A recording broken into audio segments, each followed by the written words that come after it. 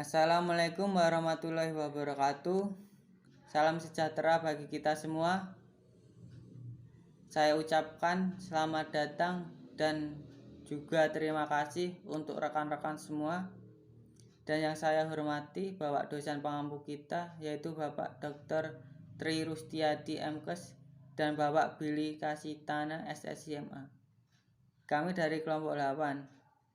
Yang pertama-tama saya akan memperkenalkan nama anggota kelompok, yaitu 1.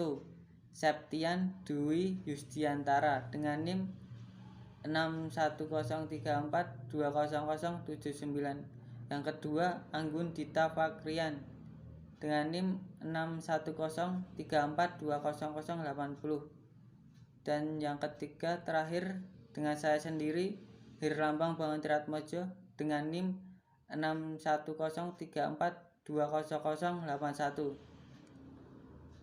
Kami di sini akan mempresentasikan hasil kerja diskusi kelompok kami yang berjudul dengan penelitian terapi sel induk untuk otot rangka. Baiklah, langsung saja ke materi. Kali ini saya akan menjelaskan hasil resum saya artikel penelitian terapi sel induk untuk otot rangka. Yang pertama saya akan menjelaskan potensi terapi sel batang otot skeletal.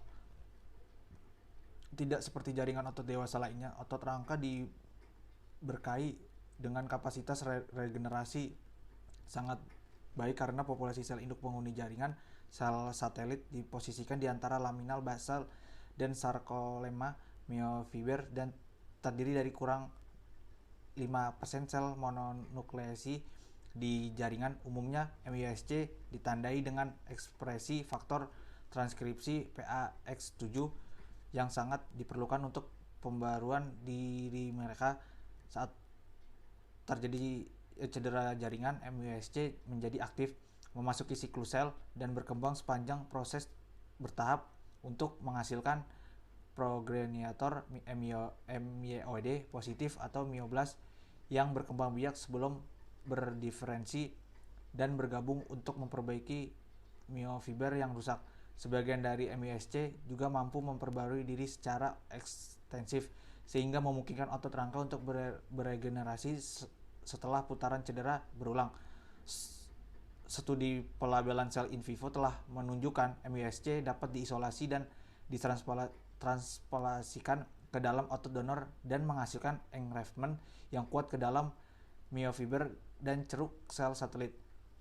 Studi tindak lanjut menunjukkan sel yang disuntikan menunjukkan kelangsungan hidup yang buruk dan kapasitas terbatas bermigrasi ke jaringan donor. Dasar yang mendasari kegagalan ini berasal dari kesadaran bahwa meskipun MUSC yang baru diisolasi dan dapat melakukan engraft dan memperbarui sendiri in situ, menyediakan sumber myonuklei baru. Kapasitas ini dengan cepat hilang ketika MUSC dibudidayakan. Mencegah ekspansi in vitro diperlukan untuk menghasilkan jumlah sel yang cukup untuk efek menguntungkan secara klinis setelah transplantasi. Upaya yang diperbarui untuk mengatasi kendala ini telah mengarahkan pada pengembangan platform kultur yang mencerminkan lingkungan mikro in vivo, mendukung pembaruan diri sel punca dan dapat dimanfaatkan untuk budidaya MUSC yang mempertahankan kapasitas regenerasi. Yang kedua, modulator farmakologis nasib sel myogenik. Metode kultur tradisional untuk MUSC tidak permisif untuk ekspansi sel jangka panjang dan malah menyebabkan hilangnya ekspresi PAX7, diferensiasi spontan, penuaan, dan hilangnya potensi regeneratif secara bersamaan. Suplementasi media kultur dengan molekul kecil yang menargetkan jalur pensinyalan yang mengendalikan diferensiasi myogenik telah digunakan untuk mempertahankan MUSC dalam keadaan bentuk matang dan meningkatkan kemampuan mereka untuk memperbarui diri setelah penghambatan P38 mitogen aktifat protein kinase atau P38 MAPK dengan molekul kecil seperti SB202190, SB203580, SB239063 dan SB706504 telah terbukti menjadi pendekatan yang sangat efektif. Pengobatan murine yang dibudidayakan atau MUSC manusia dengan molekul SB yang cukup untuk menyelamatkan potensi proliferatif dari MUSC yang sudah tua dan memulihkan potensi regeneratif setelah transplantasi. Perawatan ini secara dramatis meningkatkan kapasitas pembaruan diri dari MUSC yang dicangkok dalam percobaan transplantasi serial dan menyebabkan pemulihan kekuatan otot pada tikus tua. Demikian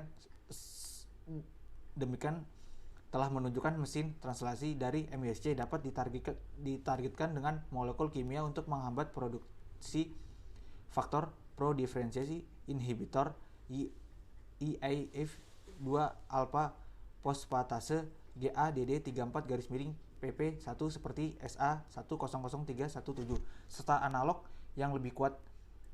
Terbukti sangat efektif pendekatan tambahan termasuk faktor penjelasan yang mengatur permulaan keputusan nasib sel di MUSC. Hal ini mengarahkan pada identifikasi jalur WNT7A-VZD7-FANGL2 dan IGFR-AURCA sebagai pengatur utama keseimbangan antara divisi MUSC simetris dan asimetris.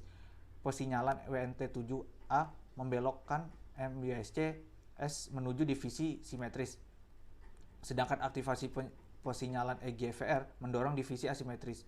WNT7A telah terbukti meningkatkan motilitas MUSC, menghasilkan peningkatan efisiensi engraftment dan peningkatan fungsional dalam kekuatan otot ketika ditransplantasi ke MDX mice. Secara mekanis, WNT7A dan EGFR bertindak secara spontatemporal mengontrol mitosis MUSC di ceruk myofiber dengan memodulasi perekrutan sentrosom dan dengan demikian orientasi apikobasal divisi MUSC, modulasi spasial dan temporal dari jalur ini secara in vitro masih harus dicapai. Namun strategi seperti itu menyimbangkan kesimetrian pembelahan sel antara komitmen dan pembaruan diri, dapat memberikan mekanisme yang kuat untuk memandu nasib sel dari MUSC selama ekspansi ex vivo atau bahkan setelah transplantasi untuk tujuan terapeutik. Teknik biofisik cos ex vivo. Sifat biofisik seperti kelakuan substrat, geometri, dan komposisi matriks ekstraseluler atau emisi telah mengarahkan teknik sistem kultur yang mencoba meniru arsitektur niche MUSC. Tidak seperti cawan kultur sel plastik kaku, menumbuhkan MUSC pada hidrogel lunak 7,22 yang menyerupai modulus elastis jaringan otot. Mendukung pembaruan diri in vitro, MUSC yang diunggulkan ke hidrogel lunak mempertahankan engraftment dan kapasitas repopulasi niche. Sebuah studi terbaru oleh Quarta et al. Menggambarkan perkembangan erat otot yang direkayasa atau AMS, platform kultur buatan yang meniru fitur biofisik asli myofibers. AMV mereplikasi beberapa isyarat fisik jaringan otot dalam geometri modulus elastis, komposisi HCM, dan organisasi struktural sistem yang digunakan untuk menjaga ketenangan MUSC, memungkinkan jendela untuk manipulasi genetik sel ex vivo sambil mempertahankan potensi pembaruan diri setelah mentransplantasi. ICM merupakan komponen integral dari niche MUSC dan terdiri dari campuran kolagen, fibronectins, dan laminins, berkontribusi pada peliharaan MUSC meniru komposisi ceruk ECM tertentu yang secara in vitro juga telah ditunjukkan sebagai strategi yang efektif untuk membantu perluasan MUSC yang belum matang. Misalnya, ISI DKK baru-baru ini mengidentifikasi isoform laminin spesifik sebagai komponen kunci dari ceruk MUSC. Platform kultur termasuk molekul rekombinan laminin E8 yang mendukung ekspansi murine dan MUSC manusia dengan potensi engraftment yang ditingkatkan. Teknologi biomaterial untuk perbaikan otot. Pendekatan bioteknologi telah digunakan untuk meningkatkan efisiensi pengiriman MUSC setelah ekspansi, yang tetap menjadi tantangan penerjemah tambahan dan signifikan. Jaringan yang terluka, menua, dan distrofik memiliki lingkungan mikroinflamasi yang keras dan integritas struktur yang rusak yang tidak kondusif untuk kelangsungan hidup yang efisiensi dan pencaukan sel setelah transplantasi. Kemajuan dalam mengatasi hambatan ini telah dibuat dengan generasi 3D yang dapat diinjeksi dan dienkapsulasi biomaterial yang mencerminkan arsitektur struktural otot dan dapat dimuat dengan koktail faktor pertumbuhan untuk meningkatkan efisiensi transplantasi MUSC. Contohnya termasuk makromer sintetis, hidrogel bioaktif, dan perancah biomimetik lainnya. Ilustrasi yang mengesankan dari pendekatan ini dibuat oleh Han et al. Yang memulai serangkaian langkah pengoptimalan desain berulang. Baru-baru ini merekayasa hidrogel poli 4 mol yang 4 mal yang sepenuhnya sintetis dapat terurai yang difungsikan dengan peptida ARG GLY ASP pengikat integrin. Ketika disuntikkan bersama dengan MUSC, biomaterial ini menghasilkan peningkatan proliferasi MUSC, kelangsungan hidup, dan engraftment in vivo ke dalam otot rangka, tikus distrofik, dan menua. Membangun strategi ini, Slab et al. Mengembangkan perancah kristal cair yang mengandung serat nano yang memfasilitasi penyelarasaan spasial MUSC berikut: mengenkapsulasi dan pengerjaan ke dalam jaringan. Sistem ini diizinkan pemuatan faktor pertumbuhan rekombinan, meningkatkan efisiensi agrement sel bahkan tanpa adanya stimulus cedera, yang sering digunakan untuk menghasilkan lingkungan yang mendukung untuk sel eksogen. Contoh tambah faktor pertumbuhan yang digunakan untuk membuat biomimetik untuk meningkatkan efisiensi transplantasi sel mikrogenik termasuk IGF-1, FEGFR37, dan WNT7. Hasil klinis yang buruk secara historis terkait dengan kehilangan otot volumetrik juga telah memberikan kekuatan pendorong utama untuk mengembangkan teknologi biomaterial.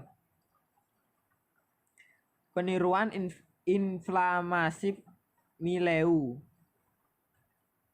mencerminkan lingkungan mikroinflamasi kompleks yang ditemukan dalam otot yang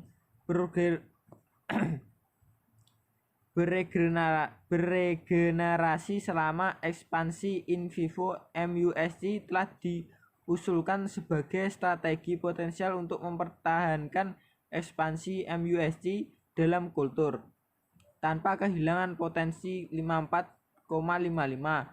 Dalam hal ini, FU et al. 54 menemukan sel MINTI CD3+ terakumulasi dalam otot rangka regeneratif medical 10 diterbitkan dalam kemitraan dengan Australian Regenerative Medicine Institute 3-5 hari pasca cedera dan yang ikut membudidayakan CD3+ sel T dengan MUSC, memfasilitasi perluasan skala benar MUSC kurang lebih 20 bagian.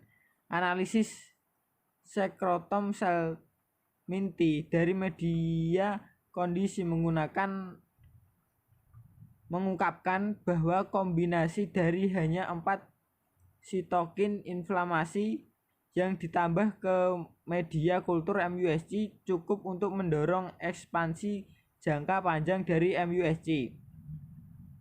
Hebatnya, kondisi kultur ini memungkinkan MUSC untuk melestarikan karakteristik fenotipik dari MUSG yang baru diisolasi selama ekspansi jangka panjang serta meningkatkan potensi engagement menjadi otot yang diradiasi dan peletaan aktif efektif dari MUSG yang ditransplantasikan ke ceruk sel punca. Sel stem pluripoten sebagai sumber progenitor myogenik. Sel induk berpotensi majemuk manusia yang dihasilkan dari programan ulang sel somatik memiliki kemampuan pembaruan dari tak terbatas dan dapat berpola untuk berdiferensiasi menjadi sel anak yang memunculkan hampir semua jenis sel tubuh, tidak seperti MUSG yang diisolasi dari jaringan otot. PSG memiliki kemampuan pembaruan diri yang tidak terbatas dan oleh karena itu dapat menyediakan banyak sumber sel yang aplikasi terapeutik. Tantangan dan peluang ke depannya. Beberapa kendala masih menghadapi penerjemahan terapi sel punca otot menuju klinik. Yang pertama, pemahaman kita tentang dasar molekuler yang tepat yang membedakan kompeten pembaruan diri. Menyusun muscle stem cell secara efisien dari nenek moyang yang hanya dapat mengukir serat mikro tetap tidak mencukupi. Kami mengharapkan lebih banyak pekerjaan di bidang ini untuk memberikan terobosan penting tentang mekanisme pengendalian potensi regeneratif MUSG. Yang kedua, sistem kultur telah dioptimalkan, terutama menggunakan MUSG tikus. Dan apakah metode yang sama ini dapat diterapkan pada muscle stem cell manusia yang masih memerlukan konfirmasi, terutama karena murin dan muscle stem cell pada manusia memiliki karakteristik fungsional yang berbeda. Yang ketiga, transisi menuju klinik pada akhirnya akan membutuhkan reagen yang lebih sesuai dengan peraturan, seperti media bebas serum dan sistem kultur yang ditentukan secara kimiawi. Mengganti komponen seperti serum hewan bukanlah hal yang sepele dan merupakan hambatan biologis untuk menghasilkan sel kelas klinis di bawah good manufacturing practice saat ini. Akhirnya, pengalaman dari terapi CAR-T yang baru-baru ini disetujui dengan jelas menunjukkan bahwa pendekatan pengobatan yang dipersonalisasi bisa sangat mahal karena biaya tetap yang melekat untuk menghasilkan sel khusus pasien. Penerapan strategi ini akan bergantung pada pengoptimalan lebih lanjut biokonstruksi seluler yang mampu memulihkan jaringan otot yang matang, vaskularisasi komposisi ECM yang terorganisir, dan yang penting persarafan. Kemajuan terbaru telah menentukan selain MUSG jenis sel myogenik mana yang penting untuk memfasilitasi perbaikan otot. Studi ini telah menyoroti peran pendukung untuk sel endotel, nenek moyang vibrio atau adipogenik dan peristel, serta mengembangkan strategi untuk mempromosikan persarafan biokonstruksi melalui latihan. Namun, lebih banyak kemajuan masih diperlukan, terutama untuk mengatasi kurangnya persarafan. Yang kami bayangkan, solusi untuk meningkatkan perbaikan saraf perifer dan pembentukan NMG akan memegang kuncinya. Kemajuan terbaru dalam protokol untuk membedakan HBSC menjadi nenek moyang myogenik merupakan peluang terbesar untuk mengatasi hambatan ekspansi MUSG. Meskipun demikian, beberapa masalah juga muncul dengan pendekatan diferensiasi terarah.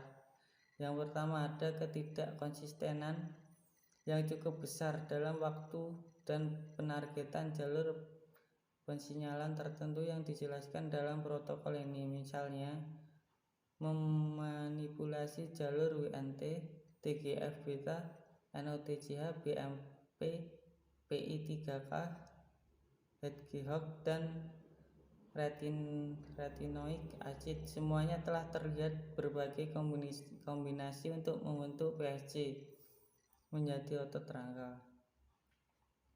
Hal ini membuat tidak mungkin untuk menyimpulkan apakah sel yang dihasilkan di seluruh protokol berbeda secara fenotip ekuivalen. Yang kedua, mayoritas metode didasarkan pada pola tubuh embryot yang menimbulkan tantangan mapan dengan konsistensi dalam metode diferensi terarah. Yang ketiga, beberapa protokol mengandalkan pemurnian VHCase untuk memperkaya sel mesodernal atau neogenik, atau penggunaan media yang dikondisikan, membuat metode ini melelahkan dan akhirnya terlalu mahal. Dan akhirnya sangat sedikit protokol diferensiasi terarah yang dijelaskan hingga saat ini yang menunjukkan potensi egg fragment in vivo yang mengarah pada peningkatan fungsional otot rangka dalam pengaturan penyakit. Terima kasih atas perhatiannya dan partisipasinya. Kurang lebihnya mohon maaf. Demikian akhir presentasi kelompok kami. Semoga bermanfaat untuk kita semua. Wassalamualaikum warahmatullahi wabarakatuh.